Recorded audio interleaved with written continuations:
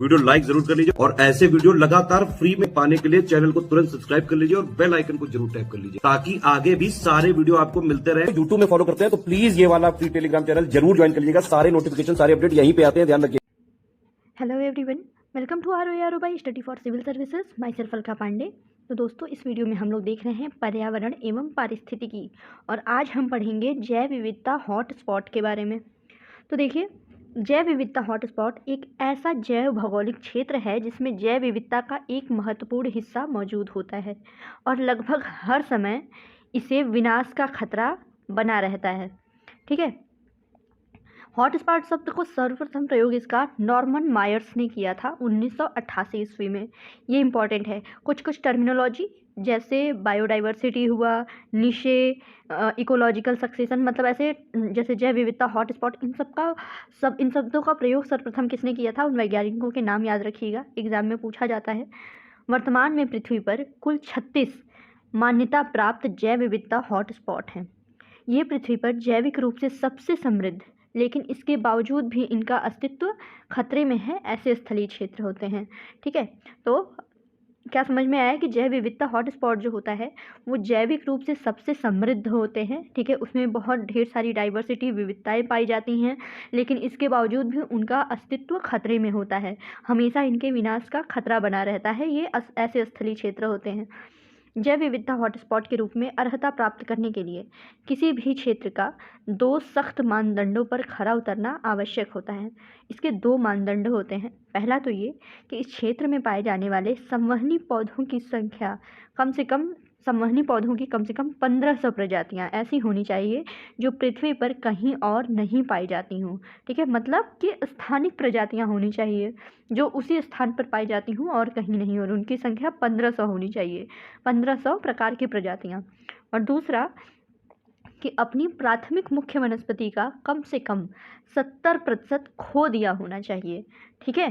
तो ये 2 ऐसे मानदंड हैं जैव विविधता हॉटस्पॉट के लिए। फिर आगे देखते हैं। अब आगे बढ़ते हैं भारत के जैव विविधता हॉटस्पॉट। तो देखिए, कुल 4 हैं। ठीक है। ये देखिए, हिमालय, इसको आप पूर्वी हिमालय भी बोल सकते हैं।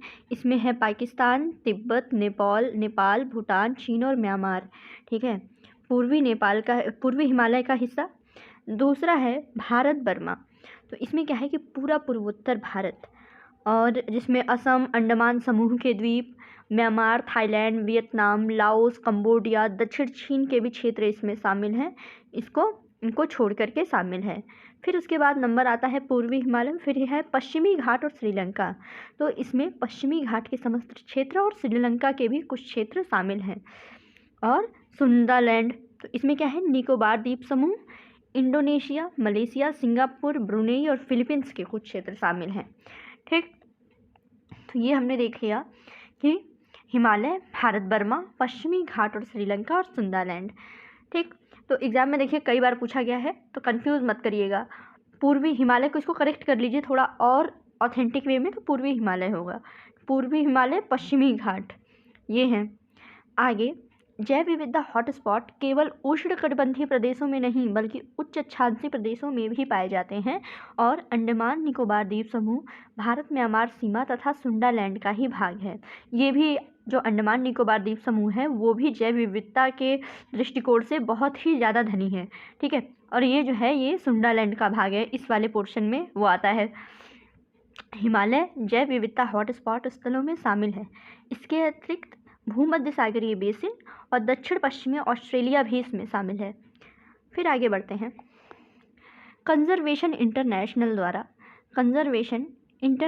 द्वारा जैव विविधता से संबंधित प्रखर स्थलों यानी हॉट स्पॉट्स की अद्यतन सूची जारी की गई है, जिसमें विश्व के 35, इसको करेक्ट कर लीजिएगा, इसमें पश्चिमी घाट सहित श्रीलंका, पूर्वी हिमालय के क्षेत्र का भी नामोल्लेख है।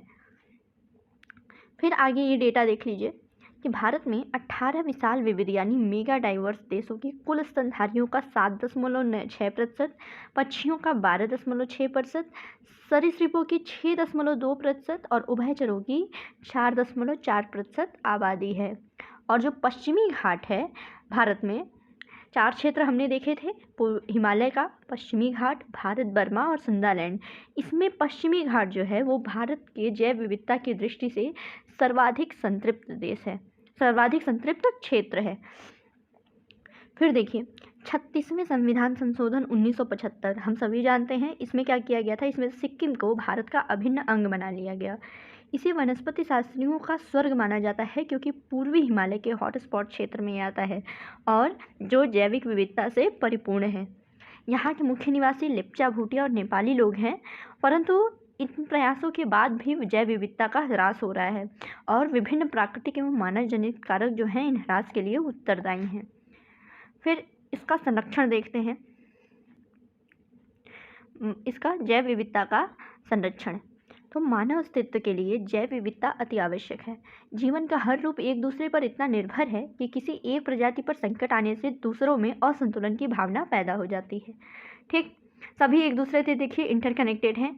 अगर एक प्रजाति पर संकट आएगा तो दूसरे में भी असंतुलन की स्थिति पैदा हो जाएगी। जैसे ये देख लीजिए कि खरगोश जो है वो घास खाता है, अगर घास कम होने लगे, घास कम होने लगे या फिर किसी प्रकार से नष्ट हो जाए तो खरगोश पर भी असर पड़ेगा। ठीक है, तो जीवन का हर रूप एक दूसरे पर बहुत निर्भर होता है। तो यदि पौधों और प्राणियों की जब प्रजातियां संकटापन्न होती हैं तो इससे पर्यावरण में गिरावट उत्पन्न होती है। ठीक है, और अंतोगत्वा मनुष्य का अपना अस्तित्व भी खतरे में पड़ सकता है क्योंकि हम भी उसी फूड वेव का, उसी बायोडाइवर्सिटी का, उन्हीं सारी चीज़ों का हिस्सा हम भी हैं, मनुष्य भी है। ठीक है, तो आज यह अति अनिवार्य है कि मानव को पर्यावरण मैत्री संबंधी पद्धतियों के प्रति जागरूक किया जाए और विकास की ऐसी व्यवहारिकता गतिविधियां अपनाई जाएं जो जीवों के साथ समन्वित हों और सतत पोषणीय हों, यानी सस्टेनेबल हों। ठीक, 1992 की बात करें तो ब्राज़ील के रियो डी जेनेरियो में हुए जैव विविधता के सम्मेलन यानी अर्थ समिट, ठीक है, या फिर जिसको रियो समिट भी बोलते हैं, संकल्पों का भारत अन्य 155 देशों सहित हस्ताक्षरी है। इसमें कुछ तरीके सुझाए गए थे जैव विविधता संरक्षण के, तो उनको देखते हैं। पहले तो संकटापन्न प्रजातियों के संरक्षण के लिए प्रयास करने चाहिए। प्रजातियों को लुप्त होने से बचाने के लिए उचित योजनाएं एवं प्रबंधन अपेक्षित है। खाद्यान्नों की किस्में, चारे संबंधित पौधों की किस्में, इमारती लकड़ी के पेड़, पशुधन, जंतु व उनकी अन्य वय प्रजातियों की किस्मों को संरक्षित करना चाहिए। प्रत्येक देश को अन्य जीवों के आवास को चिन्हित कर उनकी सुरक्षा को सुनिश्चित करना चाहिए। प्रजातियों को पलने बढ़ने तथा विकसित होने के स्थान पर सुरक्षित व संरक्षित हो और वन्य जीवों व पौधों का अंतर्राष्ट्रीय व्यापार नियमों के अनुरूप हो। फिर देखिए भारत सरकार ने प्राकृतिक सीमाओं के भीतर विभिन्न प्रकार के प्रजातियों को बचाने, संरक्षित करने और विकास करने के लिए वन्य जीव सुरक्षा अधिनियम 1972 यानी वाइल्ड लाइफ प्रोटेक्शन एक्ट 1972 पारित किया है। इसके अंतर्गत क्या है, नेशनल पार्क, पशु विहार यानी सेंचुरीज स्थापित किए गए और जीव मंडल आरक्षित क्षेत्र यानी बायोस्फीयर रिजर्व जो हैं घोषित किए गए हैं। ठीक है, मोस्ट इम्पॉर्टेंट है, एग्जाम में पूछा जाता है, या तो आपको ईयर दे देगा कि वन्य जीव सुरक्षा अधिनियम कब है, 1972 है, 1980 है, 1986 है, तो याद रखिएगा वन्य जीव सुरक्षा अधिनियम जो है ये 1972 में है और इसी के अंतर्गत नेशनल पार्क, सेंचुरी और बायोस्फीयर रिजर्व ये घोषित किए गए, स्थापित किए गए। फिर वह क्षेत्र जो उष्णकटिबंधीय क्षेत्र में है, उसमें संसार की सर्वाधिक प्रजातियां विविधताएं पाई जाती हैं, उन्हें महाविविधता केंद्र यानी मेगा डाइवर्सिटी सेंटर कहा जाता है। उष्णकटिबंधीय क्षेत्रों में सबसे ज़्यादा प्रजाति विविधता पाई जाती है। देश में इसकी कुल संख्या 12 है और उनके नाम देखिए, Mexico, Colombia, Ecuador, Peru, Brazil, Democratic Republic of Congo, Madagascar, चीन, भारत, मलेशिया, इंडोनेशिया और ऑस्ट्रेलिया। ठीक है, और आगे बढ़ते हैं। ऐसे क्षेत्र जो अधिक संकट में हैं उन्हें संसाधनों को उपलब्ध कराने के लिए अंतर्राष्ट्रीय संरक्षण संघ IUCN यानी हॉटस्पॉट के क्षेत्र के रूप में उनको निर्धारित किया है। हॉटस्पॉट को उनके वनस्पति के आधार पर परिभाषित किए गए हैं। पादप महत्वपूर्ण है क्योंकि ये किसी पारितंत्र की प्राथमिक उत्पादकता को निर्धारित करते हैं और ये भी देखा गया है कि ज़्यादातर हॉटस्पॉट में रहने वाले प्रजाति भोजन जलाने के लिए लकड़ी, कृषि भूमि, इमारती लकड़ी आदि के लिए वहाँ पर की पाई जाने वाली समृद्ध पारितंत्रों पर ही निर्भर है। ठीक है, जैसे एग्जाम्पल के लिए देख लीजिए कि मेडागास्कर में पाए जाने वाले कुल पौधे और जीव में से 85% जो हैं वो पौधे और जीव संसार में अन्यत्र कहीं भी नहीं पाए जाते हैं, मेडागास्कर में पाए जाने वाले। और अन्य हॉटस्पॉट जो समृद्ध देशों में पाए जाते हैं वहाँ कुछ अन्य प्रकार की समस्याएं हैं, जैसे हवाई द्वीप। यहाँ विशेष प्रकार की एक पादप जंतु प्रजाति मिलती है जो विदेशित प्रजातियों के आगमन और भूमि विकास के कारण असुरक्षित है। ठीक है, तो ये तो देख लिया हमने इनके संरक्षण के बारे में। अब देखिए ये मैप है, ये प्राकृतिक hotspot, ecological hotspot in the world. ये मैप है, लोकेशन देखिए, ये देखिए ये है सेंट्रल अमेरिका के उच्चावच वन। ठीक, यहाँ पे देखिए ये है कोलंबियन पश्चिमी इक्वाडोर वाला हिस्सा, उष्णकटिबंधीय इंडीज़, अटलांटिक वन ये ब्राज़ील। ठीक है, ये देखिए पूर्वी मेडागास्कर हमने अभी पढ़ा, पूर्वी चाप पर्वत तंजानिया यहाँ पे। उसके बाद है अब देखिए ये भारत का ये पश्चिमी घाट हुआ, और ये सिंहराजा वन श्रीलंका सुंडालैंड वाला। फिर ये देखिए पूर्वी हिमालय का हिस्सा, हमारे यहाँ ये बायोडाइवर्सिटी हॉटस्पॉट हैं। और एक हमने क्या देखा था, इंडो बर्मा वाला। फिर ये देखिए क्वींसलैंड ऑस्ट्रेलिया का, मेलानेशिया का यहाँ पे हॉटस्पॉट है। तो ये पारिस्थितिकी हॉटस्पॉट हैं वर्ल्ड के। अब आगे बढ़ते हैं, आगे है ग्रीन हाउस इफ़ेक्ट यानी हरित गृह प्रभाव। तो इसकी उत्पत्ति ऐसी परिघटना से हुई जो पौधघर यानी ग्रीन हाउस में होती है। और ग्रीन हाउस प्रभाव प्रकृति रूप से होने वाली परिघटना है, प्राकृतिक रूप से, जिसके कारण पृथ्वी की सतह और वायुमंडल जो है वो गर्म हो जाता है। अगर पृथ्वी का ग्रीन हाउस प्रभाव नहीं होता तो आज पृथ्वी की सतह का औसत तापमान 18 डिग्री सेंटीग्रेड रहने के बजाय ठंडा होकर -18 डिग्री सेंटीग्रेड रहता। ठीक है, तो अंतर समझ रहे हैं। ग्रीन हाउस प्रभाव के कारण यानी हरित ग्रीन प्रभाव के कारण पृथ्वी की सतह और वायुमंडल गर्म रहता है, और जो पृथ्वी की सतह का औसत तापमान आज के समय में 18 डिग्री सेंटीग्रेड चल रहा है, अगर ग्रीन हाउस प्रभाव नहीं होता तो -18 डिग्री सेंटीग्रेड होता। ठीक है, आगे जो है देखिए एक है कि गत शताब्दी में पृथ्वी के तापमान में 0.6 डिग्री सेंटीग्रेड की वृद्धि हुई है। पृथ्वी की ऊष्मा अवरक्त विकिरण के रूप में विकसित होती है, जिसमें 90% लगभग भाग को वायुमंडल में उपस्थित कार्बन डाइऑक्साइड और गैस अवशोषित कर लेती है। और इसके अस्तित्व के बारे में 1824 में जोसेफ फोरियर ने बताया था। ठीक है, याद रखिएगा, जोसेफ फोरियर नाम के वैज्ञानिक 1824 ईस्वी में इन्होंने ग्रीन हाउस प्रभाव के बारे में बताया था।